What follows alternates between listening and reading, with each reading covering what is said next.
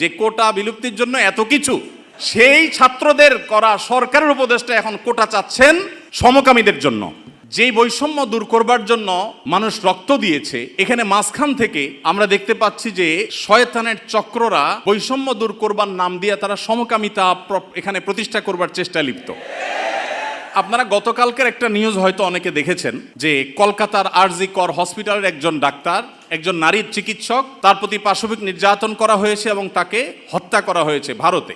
এটার প্রতিবাদে ঢাকা ইউনিভার্সিটিতে একটা আয়োজন হয়েছে 16 আগস্ট রাতে, এবং সেই আয়োজনে বর্তমান অন্তর্বর্তীকালীন সরকারের একজন উপদেষ্টা, সমাজ কল্যাণ উপদেষ্টা, তিনি উপস্থিত হয়েছেন। এস মুর্শিদ ওনার নাম।